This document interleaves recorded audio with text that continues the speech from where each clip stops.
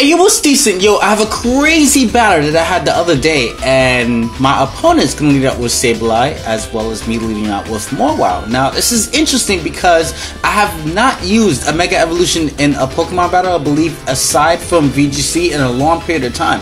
It's not like I don't have anything against Mega Evolutions, it's just, I just like really try to win without them. You know, try to test my own prowess, if you will. So now what I'm gonna do is I'm gonna switch into my Assault Vest Guts Machamp, but he's gonna miss the Will-O-Wisp. I wanted him to hit the Will-O-Wisp so I could get off a nice little knockoff and a bullet punch on that thing, knocking it out. That is not the case. He's just gonna go for the recover. I just knock off his leftovers, which is okay, as I go for the Ice Punch, just to inflict some damage onto it. And I'm just gonna switch right out because Ice Punch does more than knockoff after you knocked off the held item. So I'm gonna switch into my Rotom to inflict some residual damage onto it with a Will-O-Wisp of my own. And then afterwards, I'm just going to go for the Volt Switch because I predict him to go for the Recover this turn because he doesn't have the leftovers and the burn will put him at orange. So that's great there. He's going to go for the Recover as I go for the Volt Switch. I'm going to Volt Switch into Landers to try to goad him into going and using Will-O-Wisp again so I could switch out into my Machamp and hopefully he'll hit the Will-O-Wisp. Now it just kind of sucks that he actually missed the Will-O-Wisp because now he's aware that it's a Guts Machamp.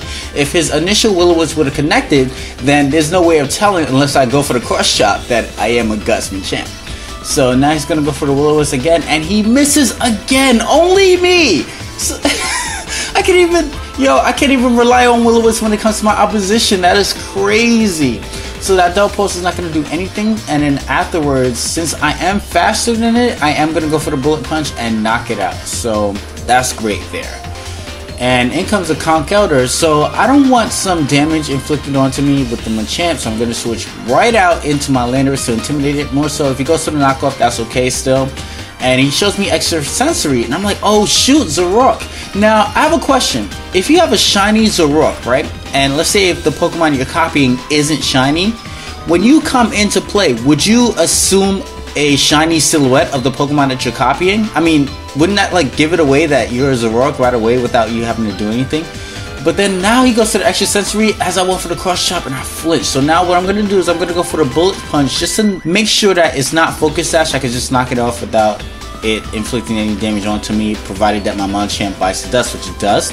I'm going to go for the knockoff being my final hit as opposed to go for another Bullet Punch because I didn't want him to switch into anything and then get like an upper hand with me locking myself into Bullet Punch. So I'm going to go for the Substitute because I do have the Low Kick. It's quite obvious, being that I have a Weavile, that I would carry the Low Kick, but he doesn't buy it right away. He goes for the Night Daze to break my Substitute, and I do have the Low Kick. Now the thing is, a lot of Weaviles don't carry Substitute because you see like the Swordsdance set, you see a whole bunch of other things like Life Orb and things like that, but you don't see Substitute. And I think Substitute it has its ups and downs because I do lose my Ice Shard or my Ice Punch.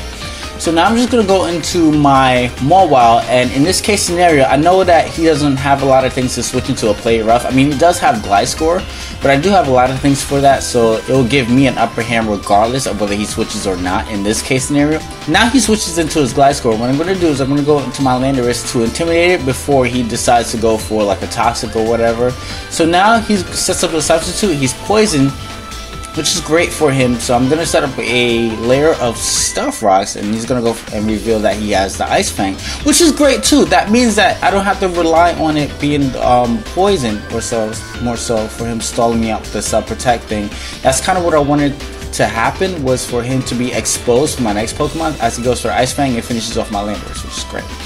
So now Glide Score is exposed and I'm able to get off my rocks, which means that the Dragonite won't be having any multi-scales. Plus, I don't think that he's going to get an opportunity to use the Fog if his Glide Score has the Fog. If it can use the Fog, I mean, I haven't played it for a long period of time. I'm not exactly sure if Glide Score can use the Fog to begin with, but that was my train of thought here to set up the rocks so that this thing wouldn't have the multi-scale. And now he switches out into Dragonite and switches right back into Glide Score. I didn't understand that play at all. At first I thought like, okay, maybe it's because he thought I had Substitute, he could probably just like inflict some more damage onto me with the Substitute and the Extreme Speed, but that wouldn't make sense anyway because his Dragonite would die and then Glide Score would come in and die anyway, so I had no idea why he made that play.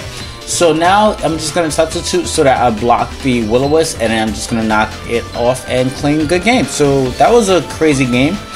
And I have some VGC matches, and I have some other matches I'm going to post later on. So I will see you guys later. Peace. What you doing?